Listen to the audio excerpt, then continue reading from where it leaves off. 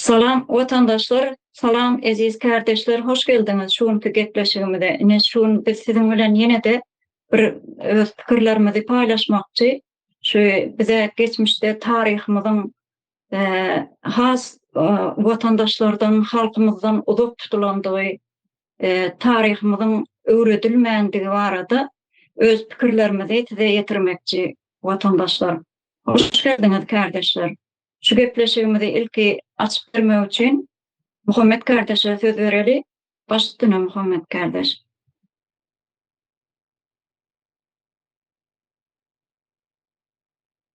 İşlere akıl kaya.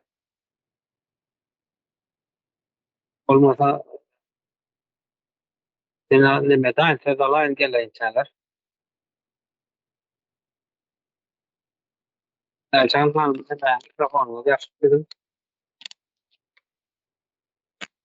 Ben söz alayının da şöyle buraya da var da yine tendensiya değil ya da var. Düşünce mi? İnsanda Rus ya da Rusya bizim nemeler ağamızdır, doğanımızdır, kömekçimizdir, arkamızda duruyandır diye bir köy ya da simpatiya mı? Yani yakınlık bir nimet var mı? Bu şey taraf. Hükmenlerin yani ağırlıklı bölümünde. Bu ne için bolýar? Yani tarih bilim dokuz. Bilýär ki tarihte ne bilinýär? 1880'lerde Göktepe'de Ruslarla savaştır. Ondan öňüni näme bilemdi, ondan soňundan bilemdi. Şoň üçin munyň sebäbi näme üçin? Diýsek, Türkmenistan'da şu wagt bilýär vakum tasaklanýar halk, yani bilgi vakumunda.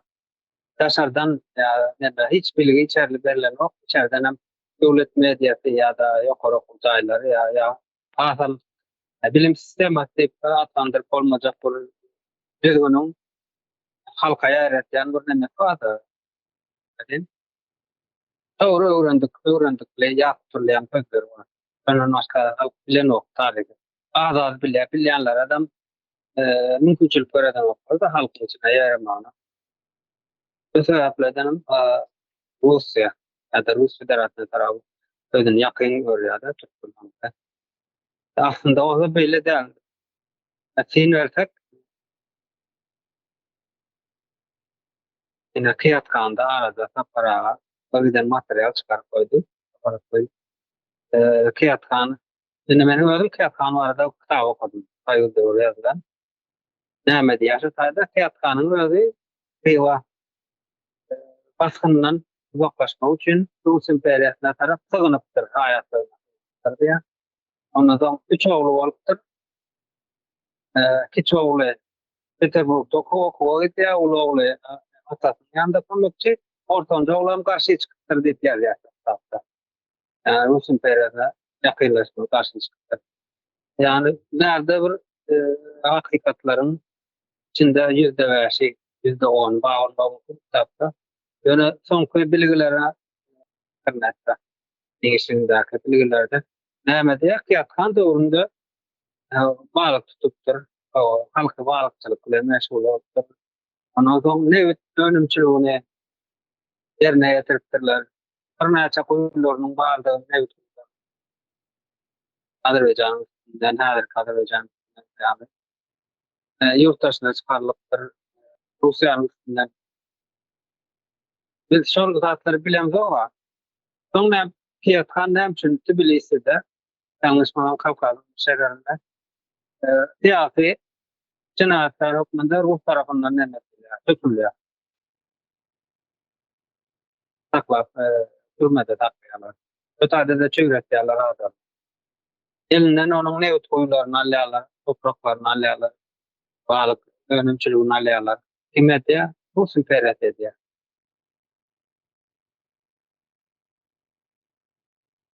Şu var, Kıyatkan'ı Rus imperiyatı dosturap kime karşı olunupdur? Öz Türk'üne karşı olunupdur. Eran'daki Kacar devletine karşı. İki tarafa mecizler diye uruş bilen ahirinde ikisine öz kol altına alıyor. ne imperiya oyunları. Şu taýda edilen ýalňyşlyklar bar, dogruluk ýerlerden bağ bolmam, hakykatlar, ýalanlar. Hemme zat Türkmenistanda bilim öwretilen bolsa ýa-da bilim meni taryhyň nemesi, asyl nemesi bilim da jemle bolanda. Şol öwretilen bolsa Rus imperiýanyň bize nähil diýenlerinde. Bizler nähil ýalňyşlyklary edildiginde, şu hatlaryny ölçerlep analiz nemedip, inde ýaşap gelecekde de şu ýalňyşlar bar. Bunlar bar bilmezler ýaly. Kim düşman, kim dostlugyny biliplermi ýaly. Gerekli bilgiň açylmagy. Ýöne bize aýan kaçmaly wakumda taplanan soň Rus imperiýasyny biz özüňizde dostluk bildi. Sanatda taşuwy çela. Nämedir sanky kardeşlerimler geçýärli. Näme üçin bize tuvalet getirip, näme üçin bize demirler getirip. Häzir Nufay Margiana ders. Hem üçin şo ýa-da kaldyrylanyp, kaldyrylsa onuň aşagynda medeniýet çykjak. Pantanyna çelle, gyşda ýyladyş sistemasy, Thomas Howaldyş sistemasy, ýa häzirki söz bilen bahane diýerler ýa-da şo bedim näme bolan. Pantanyna çelle bolup durýar. Şäherin içinde. Merfta megapolis bolupdyr, millionlar adam ýaşapdyr diýen bilgiler bar. Demek adam ýaly ýaşapdyr. Bize hiç kim tuvalet getirip bermeli gerekli ekeni, getirilen yalan ekeni. Yani yanlış öğrettiler de bize tarih. Neştaydı durayın. Ümmet kardeşlerim. Son devam edelim. Sağ ol Merdan kardeş. Muhammed kardeş başlığına.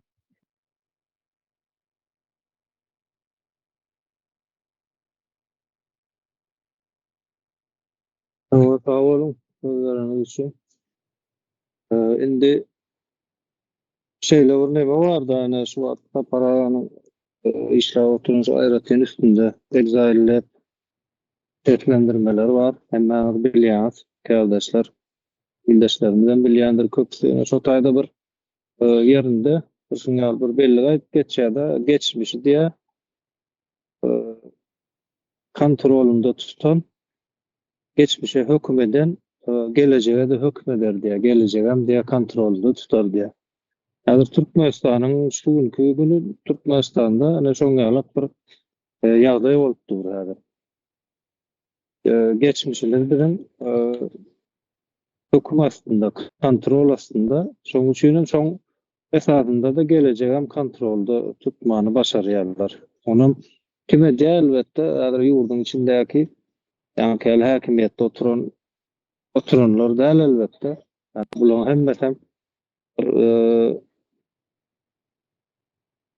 Kural hükmünde alýarlar bulary. Şu wagtky Türkmenistanda hakimiyete ýaly oturan adamlar hemmesem bolsa bir sakaýdaky bir sistemanyň kural hükmündedir. Bulan hiç bir hakimiyetem ýok, hiç bir syýasy güýji ýok. Söz hakam ýok. Yani şu derecede. Çünkü şimdi geçmişi kontrol diyenem yani Berdan kardeşim ayıp geçti. O hakiki tarihimizi bilen gurkadan oklar. Nesile, neçe nesil, açıkan nesil nemedenem alıp kaydı bilyas bunu, SSR döwründen. Yani soňky 100 ýylda bize diňe nämetdiler ýakama tarih dinletdiler. Şoň esasında da bizim düşüncelerimiz, görüşlerimiz, aň düşünjämiz ýa-da diňe bizimden tutuş Türkmen jemgyýetiniň, Türkmen halkynyň jemgyýetiniň aňy näme şoňa görä şekillendi. Yani ýatama taryhy görä. Nähili şekillendi? Ene Orta imperiýasy 150 ýyldan bäri Türkmenistany sömürüp gelýär. Türkmenistanyň hemme taraplaryň şahsy nemesi üçin, yani Orta imperiýasynyň şahsy berkitleri üçin Türkmenistanyň nesilleri, halky, topragy, tebi waýlyklary, mukaddeslikleri, kowat, neçeli hatta yani Orta imperiýasynyň sömürgesinde, Orta imperiýasynyň. Yani 150 ýyllyk şoňal bir neme bar, bu dowam etmek üçin näme etmeli? Taryhy işleyişleri ýaly ýazmaly. Yani tarihte de näil bolmaly? Ol imperiýa bizim iň ýakyn howatlarymyz Ulu ağamız diýerler da, hani Balşoy Bırak diýerler. Şoňa bir ulu ağamız hökmünde öldürüldü sana diýerler. Orta imperiýasy. Şoňa bir taryhyň aşagynda ýetişen cemiyet, millet şuň kundy. Şoň üçin hem hakykaty görmeýänme sebäpli, hakykaty bilmeýänme sebäpli ene cemiyet bolup şuňky düşen günümizden nemesinden içinden çıkıp bilmeýänlerin akıl sebäpleriniň biriň şol hakykat, tarihi hakykatlaryň güllenmegi. Şeýlere şu wagt çizimlerin sag bolun. Sağ ol Muhammed kardeş. Bahar hanım başladyny.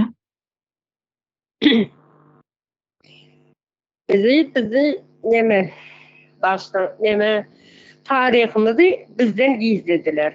Bize yanlış tarihi öğrettiler. Neme şu an halkıma yüzleniyor, şunu dinleseler. Hiçbir zaman 1881 yıldan ondan önceki orsun gelip bir gece gelip sonra yengilip giden wagtyndan beri bize hiçbir zaman mektepte tarihimizi hiç öğreten näderler, aýtyp geçen näderler. Ondan soňky ýaşlar näçe deme boldy ýaşlar näçe pikirleni diýjek bolýanda men şoň türkçe şu an tap bilemem. Näçe deme ýaşlarymyzy bizim ýaşymyzdakilerin bizim öýümüzdäki ýaşlar şulatlar gurrun bermese biz şonu bilmezdik. Biz şu ortağımız Balşoy Bırak şeýdip gezerdik da. Egerde garaşsyzlyk bolandan soňam indi öňkülere sömürdi. Hemme zadymyz işek suwumuzy çelli orsun elinde boldy. O adam dem alanyny da orsun ruhsatsyz dem alyp bilmeýärdi. Indi garaşsyzlyk bolduk diýenden soň biz hälim orsun elinde. Eger orsun elinde bolmasadyk bizim öz ýerimiz bolardy. İň bärsi şu mellegiň senkiden neme göründirler. Inha gülýalyk üzümimiz bardy, mellegimiz soňky gezek görýäs, jaýymyz ýykyldy. Eger sen orsun elinde bolmasaň näme sen mellegiň özüňkide. Hemme zadymyzdan häzire çellem ors sömürip otýar. Biz orsun elinden çykyp bilemizak, bizim tarihimizi ýyzak gelýärler, biz tarihimizi bilemizak. Indi Saparağın sesli kitabynyň üstünden öwrenip otýar şu zatlary. Bilýän ýaşlarym ağzyny ýumyp ölüp gitdiler. Ya soňky ýaşlara hiç zat öwretmediler, hiç zat miras goýmadylar. Öňkü wagtlaryndan şu türkmeniň ilki döreýişinden hiç zat öwretmediler. Türkmenistany Amederiýan bu tarap, iki tarapym türkmenler eken şu. O wagtny şerhet ýok. Türkmenistan ýene adam ýok. Türkmenler ot ýaşaýan eken. O tarapyna Ors eline geçirýär, bu tarapyna Owganistan eline geçirýär. Şu zatlar barada hiç de tarihimizi bilemizdik biz. Yani Owganistandaky türkmenler häzir öz hakyky ýerinde otyrlar şolar, türkmeniň ýerinde otyrlar. Yani bu tarihimize öwredilmedi. Yani Ors tuvalet getirip berdi. Näme tuvaletine men ýeýän eken türkmen. Türkmen akıllı millet, el yetmez millet tuvaletine moňorar, kanalizasiýasyna moňorar. Häzir Orsun elinde bizim kanalizasiýamyz hem ýok. Hiç zadyn bilen aýtam deme häzirim garaşsyzlyk diýip ýalandan halkyň beýnesini ýuwup, hälim Orsun elinde şu käşke yine de şu Sovyet döwrü bolsady, yine şu Ors döwrü bolsady diýip arzu eder ýaly hale getirip otyrlar. Şu wagtça şunu aýdyn. Aýjahan hanım men sorak dowam edin. Biz şu wagt şundan çykmasak bizim hiçem soňumuz bundan beter bolýar. Ene gelirsek öýüňi ýykarlar. Sen öz ýeriň ýok. Häzir da enteş görlerde bir köne çay bolsa diye satın aljak. Şu ýerde men onu urjak bir sef çagaz urjak. Yönü öňünden jaý salmasa bolmaýar. Jaýym öz proýekti bilen salyp berýär. Artmaz adam etjek dälsin oňa. Bir näçe adam bar güç bartdyr da köni jaý men satyn aljak diýsek, ýok bolmaýar. Satyn alýan, diňe öz adyňa ýeriň bolar. Ondan sen isteýşiň ýalaga edip saly bilmeýän. Ýol düşýär, ýykyp gidýär jaýymy. Yani sen milleklerin kidäler. Gel şu Türkiýeden ýeriniň öýüni ýykyp ya öýe yerler buların. Giden fındık yerleri var.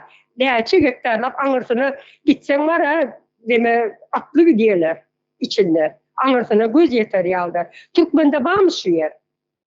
Hemme zatymyz orsun elinde, häzir hem orsun elinde. Biz çıkamydak kagız ýüzünde ýöne garaşsyzlyk diýdiler. Milletimiz özümizin kadar. Yine şu ağlak gezenler şuna göz yetermeli. Biz elim orta ömür oturanlar. Karaşsızlık, hakik karaşsızlık değil.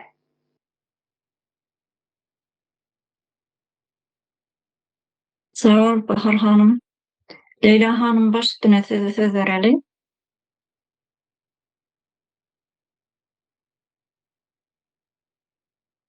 Salam kardeşler, hayırlı akşamlar. Bize tarihimizni hiç eşitip hem görmedik. Ata-enelerimizden bize tarihimiz şunday bolgan dep aytgan emas. Mektepde okuyan wagtymyzda bize tarihimizni ötken emasmiz, eşitden emasmiz. Türkmenin tarihini neçik bolgan, neçik bolgan, başka yerin tarihini neçik bolgan onu eşitden emasmizdan.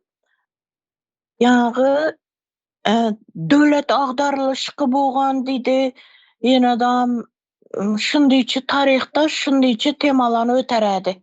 Bizen tarih mugallimimiz. Hazır tarih bolmaýken, tarih näse dersi ýa ýokmy? Bundan haberim ýok.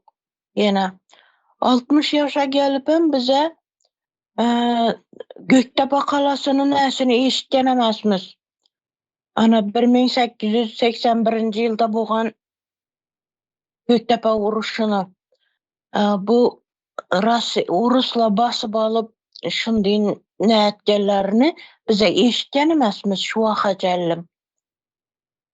Indi başka yerini näsini eşitsek Arabistan. Arabistan nöçün hemme yere öz tarihini ýaýy bergen. Ine Peygamberler ondy peygamber gelgen, mundy peygamber getgen, falan bolgan, ýene bir zat bolgan dep şunday tarihlaryny hemme ýere ýaýganlar. Kaýsy memleket, kaýsy ýurt bolsa-da şulany tarihini biledi. Nöçün bize Türkmenistan öz tarihini bilmedi, öz adamları. Bize tarihimizi bilinmez. Şu wagtgacha. Ine şu tarihini bilmeseň, ata babalaryny nişetip ýaşaganyny bilmeýsen ahir. Kim bolup ötkenini bilmeýsen. Ben şunday dep düşüneme. Ata-enelerimizni unutturdy bular. Bizlere ata babalarymyzy unutturdylar. Tarihni netmeýin, ýüzege çykarmaýyn, tarihni ürgetmeýin. Ana şundaýça Türkmenistanda hiç tarihini hali bigineçe eşitden emasmiz. Bolady şu wagtgacha. Şunu aýtyn dedim. Sağ olun Leyla hanım. Bahar hanım baş üstüne. Neme, Ayşegül hanım işin neme bolsa, wagtyň bolsa, söz aljak bolsaň saňa bereýin. Sözü elim galdyryp bilersiň, men bolmasa häzir dowam edeýin. Biziň häzir çağalarymyzdan bäri şu Göktepe galasy diýsen bilmeýär hiçda. Näme tarihimizi öwreden aklar. Göktepe galasy barada biz özümizden bilmeýärdik. Soň Aşgabatda işlemäge berdik, halk arasynda gepleşende Göktepe galasy diýip onun bäri orsun şeýit basbalanyny bilmeýärdik. Göktepe galasynda söwüş bolupdyr, ýöne kim bilen bolupdyr. Mekteplerde okudan wagtynda diýdi-de Halam ors bize kömek etti. Ors bize mektep okumanı öğretti. Neme basmaçı olupdur. Ediz Han basmaçı olupdur. Şolar yalık zatlar aydirdiler da. Onun son häzirim halk sen Türkmenistan'ın içinden sonra Ediz Han deytini aygıtladımda gördü. Şonu aytıp bererler. Şu vakında basmaçı kaç gitti yeni bir zat. Şonu yalığı biliyorlar. Başka bilen zat yok. Biz başka ne Gül Cemal Han diye mardan her yıl hanlar bolupdur da. Cüneyt Han basmaçı yolda nemeleri adamları tali edip şonu yalığı edip ondan sonra maskara olup kaçıp gitti. Şonu yalığı edip neme gurrun veriyordu. Bizim şu öyümüzde aydılıyordu şonu. Cüneyt Han zaten gurrun veren vakında benim özüm içimden oyluyordum da halim orası geliptir de bizi halat ediptir. Yoksa biz gör haysi bayın ne için çıkırnağı olup oturacakken Hudaycan orası bizi adam etti. Şonu yalığı düşünce bilen beynimizi yuva var biz uykudan açılma diye yağdaya getirdiler. Yani o hanlar orsun karşısında durup söğüşen hanlar. Yani ne için öz Türkmenistan'ın halkı şonu gizleye. Boluptur, Ors devrine Orsun eline olupturlar, yallakka olupturlar. Öz vazifesi için alacak aylığı için yarancanlaşıp aylık alıptırlar. Aylık alıptırlar da. Indi karasızlık bulunun son ne için şu zatlar açıklamadılar bizim tarihimiz ol. Ne için yıllardan beri gelen belki de 500. yıllardan beri gelen tarihimiz vardır bizim. Oğuz devründen gelen tarihimiz vardır. Ne için şu zatları açıp biz ne şeyle bir millet boluptur deyip neme açıklap geplemediler.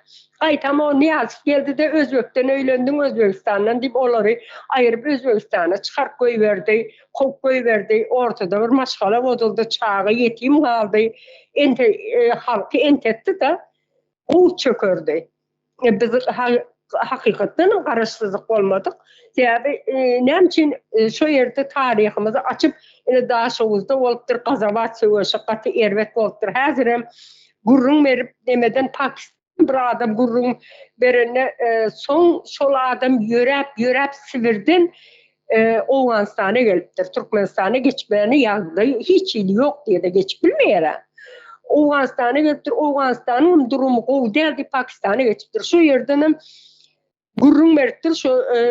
Şu ayalını ors öldürüptür da göğrelekani ayalım göğrel diyendir burada diyendir bilmeyen şonun karnından basıp öldürüptür şonu ors. Ana şu zatları gurrun veriptir şonun bir öyünde saklaptırlar hiç öylenmedi diye qarrap gelenden sonra hemen öylensin o. Onu şonu gurrun veriptir Türkmenistan'ın niresinden neydi şu zatı bir şonun hazırki yaş altığı şu barın öyünün ecekesi mi neymesin bilmiyorum. Şonun altığının çoğuluğu mu şu gurrun verdi bana. Şey deydi neymen deydi kakam deydi mi daim deydi mi şu zatları ölmeden önce gurrun verdi bize deydi oturup deydi orsun etmedi yok deydi. Şonu biz dilden eşliyiz da dilden. Ne için şonu muğullimler öğreden ak. Ne için o Niyaz Karamzada geldi. Ne için tarihimizi açıp halkın önünde açıklamadı şeydi. Yine biz şeyle bir Türkmen olduk demedi. Güç sırasından geçirmedi. Hiç sade. Geldi oturdu. Orsundan çıktı. Karışsızlık oldu. Biz devam edelim. Şu diktatörlüğüne, şu zalimliğine devam etti. Kaytanları Türkmenistan'da, İngiliz Türkmenistan düzedil deyip ön alıp gidecek adamları o yerde pakuşeni etti. Bana mı bir yerde plan etti bana deyip onu oğudun depe atıp öldüren oldu. Ya o yerde hiç kimen pakuşeni eden iyisi bir samsıgan biliyorsun maşinine bomba koysan şu patlamayacağını biliyorsun. Ya o maşinden ok geçme yara. Ok geçmeyen maşinde geçiyor özün son yalak kaygırıyor. Yöne şonu bahane edip ya içeri almak için bir bahane gerek ha. Şonu yalak burada teoretik koyuvermeli. O yerde yolda bir 100 saniye esker ölende onu bildirdi mi? Öz çağı söylen ama halkın çağı söylüyor. İznen yine bana nemetti pakuşeni etti diyen olup o yerde video çeken olsun şeydi Türkmenistan'ı şu Türkmenistan'ı ümü alıp gidecek adamlarım oğudan depede öldürdü. Hani bizim tarihimizi, o zaman bizim karışıklık bulduğumuz mu şey? Yani halk şunu düşünmeli. Biz Orsun elinin aşağından çıkmasak biz adam olmayız. Biz halk olup bilmeyiz. Biz sadece bir toplum. Birbirimize bakıp yuvasından gizli vuş ediyiz. Oldu. Böyle bir toplum çıkart edeceğiz. Halk olup bilmeyiz biz. Bizim tarihimiz düyüpten gizlenirdi. Ben Gazavat Savaşı'nda ecemden eşitip oturuyorum. Bolun zatları. Sonra Irak'ta o yerden bir yerden önkü Türkmenlerden eşitip oturuyorum. Mektepte biz eşitemiz de Gazavat Savaşı'nın nemediğini bilmeyeler. Sonra 41-45 deyip ursu aldı.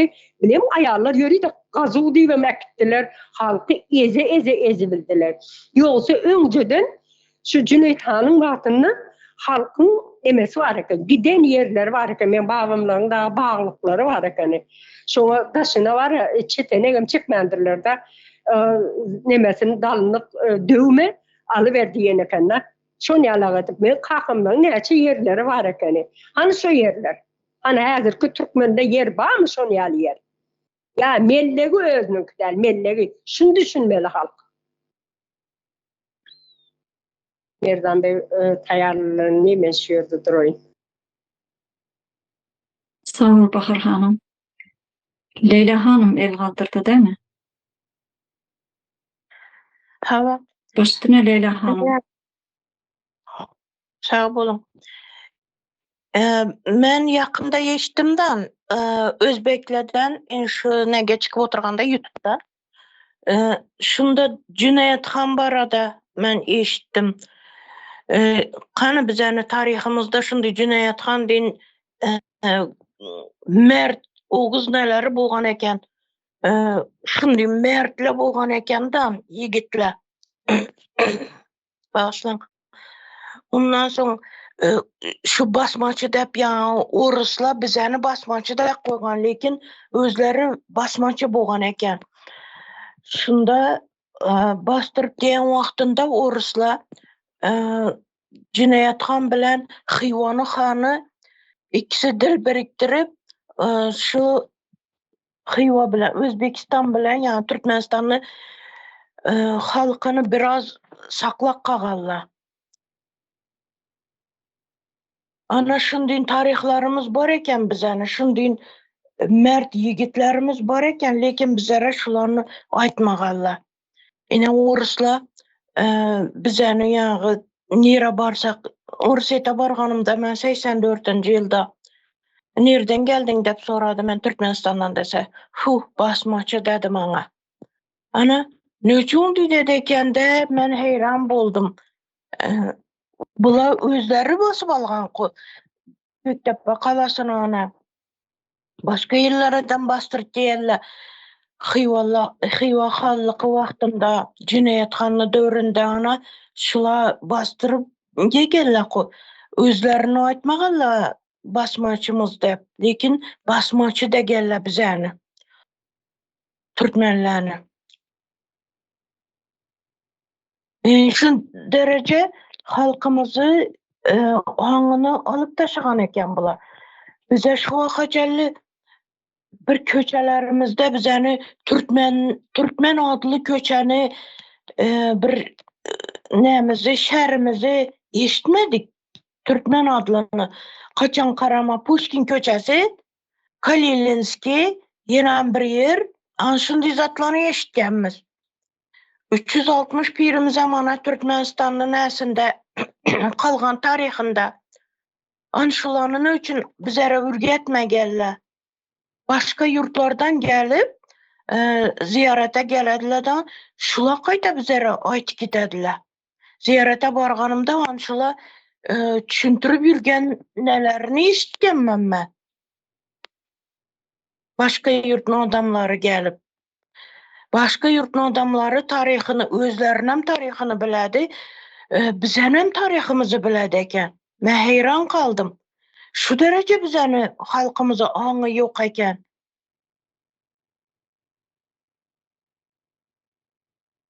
Ana şundan şunu aýtyn dedim, sağ bolun.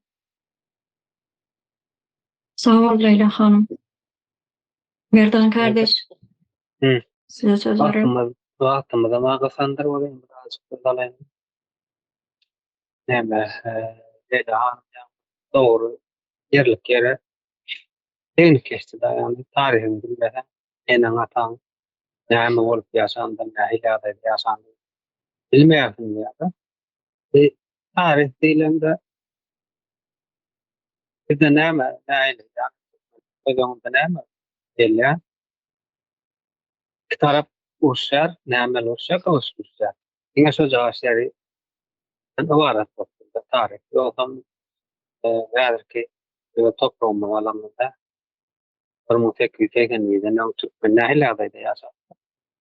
Siyasi güýje nähil bolupdyr, iqtisady tarapdan nähil bolupdyr, hukuk derejesi nähilerde bolupdyr. Şuna biraz kıyın versek, mesela siyasi alsak siyasi taraftan alsak öz topraklarında öyle iyi oldu. Yani öz gücünden yani doğan baktığını sağlattır ya da doğan bunu kalıptır, yaşattır. Bundan o tarafından deyin alsak öz topraklarını öyle iyi oldudur. Ekiptir, dikiptir, mağlaktır, da sevda ediptir. Yani şu tanın doğru değil mi? Ya da TV aydan iyisi oldudur. Yurttaş oldudur. Yani iqtisadi taraftan diýmekde gene yani ruslar bile kulturada tuvalet getirdi diyelim. Sağ taraftan demir yol getirmişsin diyelim. Böyle sağ taraftan yani kayıtlı ipak yol olup kaçan evet. Türkmek tansiyon geçer. Sağ tarafta sağlaya getirdim. Taraf mal vakıftır. Beyhancılığa mediptir. Türkmen çarvadar dikor kezalar belli ol böyle olan belli ol. Bu üstünde oturan yerler beyhancılığa mediptir. Evet, özünü dolandırıp Türk. Ha, bir müfekkir geçerler. Sonun son ne oldu? Göktepe'de 79, ondan 76'da var. Tasavvuf ilminde adiyanlı. Bahar Hanım yakiniyatta koyuyorum. Kazavat. Azavar söwüşi. Hava, o şey. Sonda da Türkmenin Näçe tayfasının orada ya. 5 tane onlar yapmış. Onun 65 var.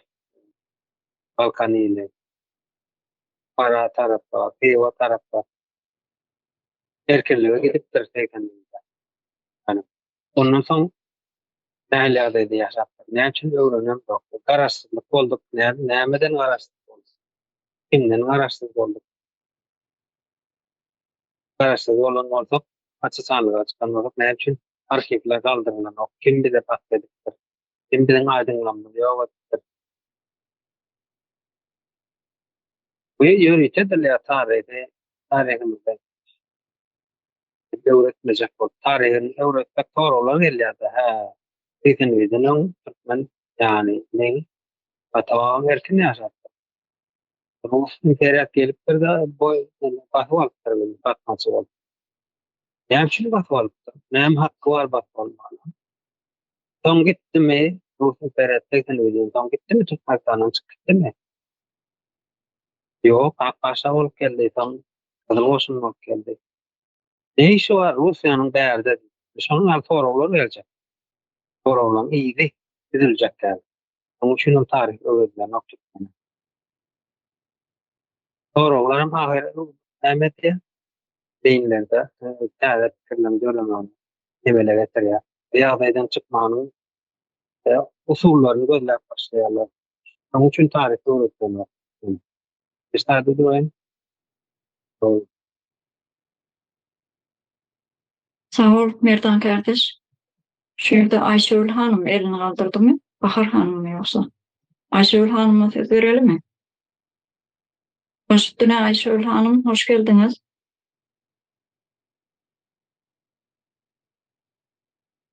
Esenlikler, ildeşler.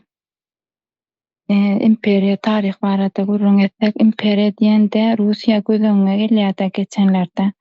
Bu imperiýat döwründe onuň düzümine gerýän milletler etleýdigi zaman etläň ýurduna gezmäge gidip bilýärdi. Ýurdumyza gelýän önümlerem imperiýanyň düzümindäki döwletleriň önümi.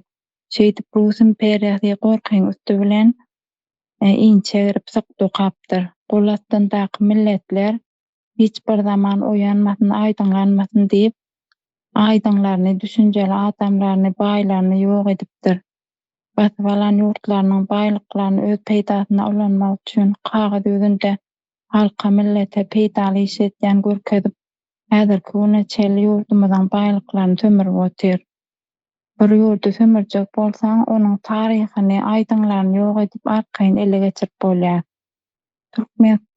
Türkmen halky häli bu neçelem sesler bolsa diýen düşünjäni aňyndan çykaryp bilmeýär. İnternet bolmasa, erkin pikir bolmasa, halka ýurdun baýlyklarynyň sömürilip oturlaryny düşündirip bolmaýar.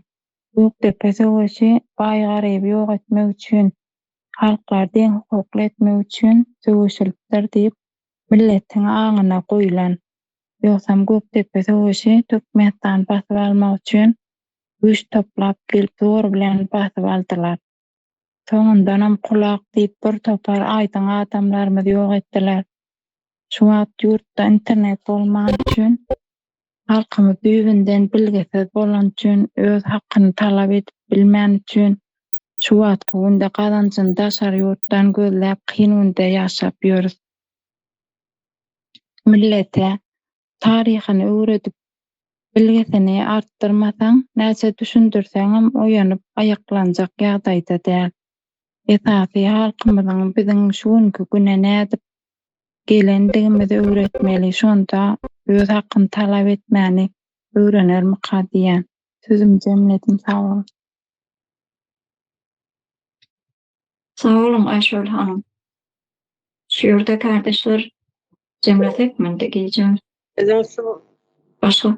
Bizim şu var Türkmenin öz halkı, Samsı halklar bize Rusya'nın tuvalet getirip vermesine gerek yok. Aşgabat'tan Tecen'den çıkan Gaýgy Satabaýew.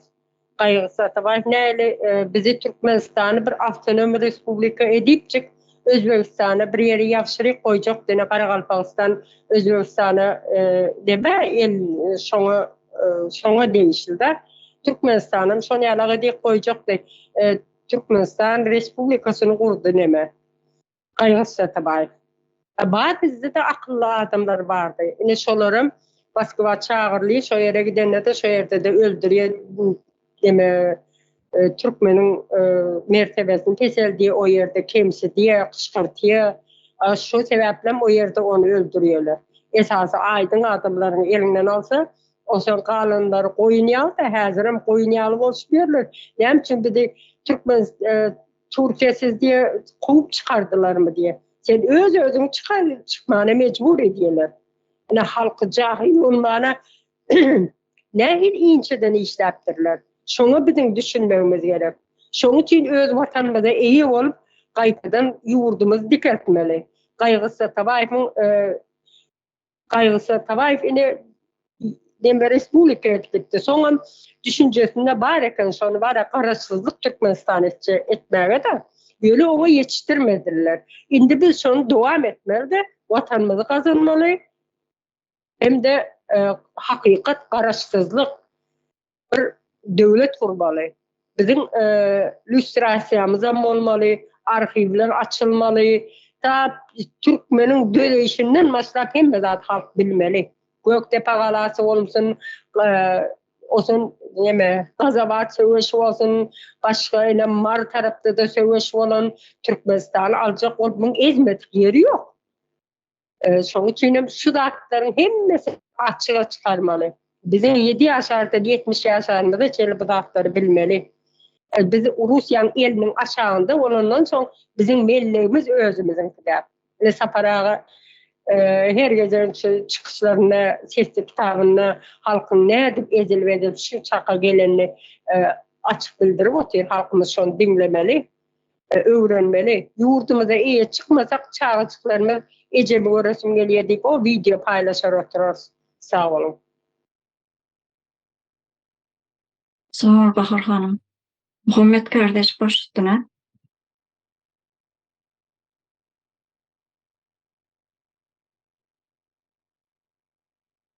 Sağ olun. Şimdi şu yerde var, mesele var. Bizim tarihimizin bize uğradığın beyanlığının nemesini yaşayakta acı hakikatlerini ya da acı neticelerini şöyle halk tepin çıkaran o halk yuvaş değil yani bir hili olum benim fikrimce halkın nemesi değil abi halkın nemesi vaydeyin halkın günahı değil deyip hata edebiliyor. Hem şu devavi bu atlar bilinen ok. Bu atların Anartaya gelip çıkışı tarihi bilinen ok. Yani şu biz abi şu urkun bekarda öğrenen zatlarını bilen ne ettik? Gözümüz açıldı diyen yani sonra bir geldi yardaya geldik da näme esasında şol öwrenen zatlarımızın esasında. Eýem bir hereket edýän bolsak, ýa-da bir guruji meclisin azat hökmünde ýa-da Milli Halafet Komitetiniň azat hökmünde şu zatlara ýa bir nemesi bar da, düýbi bar. Yerlikli diýilýär, türkmençede bu söz var, yerlikli diýip. Şoň yerligi bar bizde. Bedeni bar, şoň esasyna daýanyp biz şuňalak kararlar alýar, şuňalak netijeler edýär. Demek ki tarihi bilmek gaty önemli, gaty möhüm tarihi bilmek.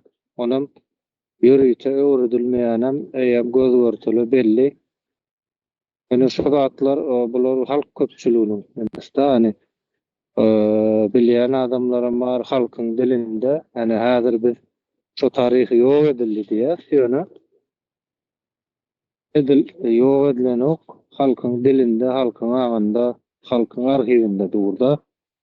Yani näçe üstü nemedildikçe, üstü örtüldükçe, üstü başka tarihler bilen yer çalşyldıkça elbette unutulup gidilecek.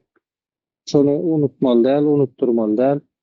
Şu tarihi täzeden ýene ayağa aldyrmaly. Onuň üçin elbette bu ahly umumy diýilýär, umumy halkyň, umumy jemgyýetiň bir demesde ähwidi. Oňa da talap gerek. Jemgyýet talap etmeli, halk talap etmeli, ňandan belli düşünýän gatlap talap etmeli. Häzir Türkmenistanda ýaşap duran halkyň aýda bir alamda da sana şu tarihin gerekmeýä hakyky tarihin diýse iň bolmanda şol häzir haýda bir watandaşymyz alanda da ümmetine de gyzykly şol hakykat gyzykly. Hakyky tarih gyzykly. Onuň üçin aty önemli möhüm temany goýdyňyz. Ajagan hanım sağ olun. Üstünde durmaly mukaddiýan hani hakyky tarih üçin jemledim şu wagt sağ olun. Sağ ol Muhammed kardeş. Merdan kardeş baş üstüne. Hawa kan uzak tutacak emlâ vermeli. Şeyler ýagdaý bar. Bunda tarih var. Bir ada aýt geçsek. Merdan Muhammed. Bunda tarih. Bu adam kim bol? Merdan Muhammed. Näme üçin ordan gitdi? Sorawlar bersek Merdan näme üçin ordan Türkmen halkyna näme ähmidi bolup bir adam. Şol üstümizde tarihimiz öwrenip başlady. Häzirden şolun adamın gymmatyny Merdan Muhammed gymmatyny halkyna awlandy. Yani değerini kelçek de näme üçin etdiýänden bu adam näme üçin etdi? Näme uğrunda özanly ortağa goýdy?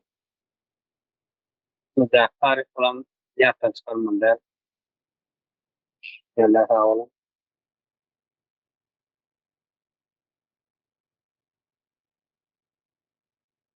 Sağ ol Merdan kardeş.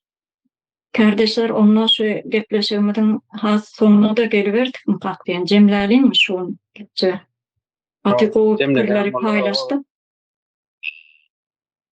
gatygowy hem zerur hem gerekli bir tema da tarih bilen yüzleşmeli diýer. Taparaga her çykyşyndan belläpçe tarih bilen yüzleşmesek biz hiç açanam millet bolduğumuz däl, hiç açanam bir öňe gidişlik bolmajakdygyny her çykyşynda belläpçe taparaga. Şoň üçin biz hökman tarih bilen yüzleşmelidir. Näşuň sizem gaty pikirler paýlaşdyňyz halkymyz bilen. Ýene de biz bu temanyň üstünde köprek dururuz entek. Başga da pikirlerini goşjak kardeşlerimiz bolar. Gelecekde şu temany has öňe alyp gitmekçi biz. Sebäbi näme üçin diýsem, taryhymy ýani ýok etdiler. Näçe nesiller bilimsiz ýok boldy, bilimsiz galdy, bilim çökürdilen bir ýurtda hiç açanam öňe gidişlik bolmaýar. Şoň üçin biz bu temany ýene dowam eder. Sebäbi taryhlar taryhymy biz hökman öwrenmelidir. Her bir watandaşymyzyň taryhymy bilen yüzbeýiz bolmasy gerekli. Şoň üçin ýene dowam eder gepleşigimizi. Şu jemläliň hoş sag bolun. Geljekde gepleşiklerimizde görüşýänçäk. Köp sag bolun. Watandaşlar. Oldy, sen bolsun. Sag olun.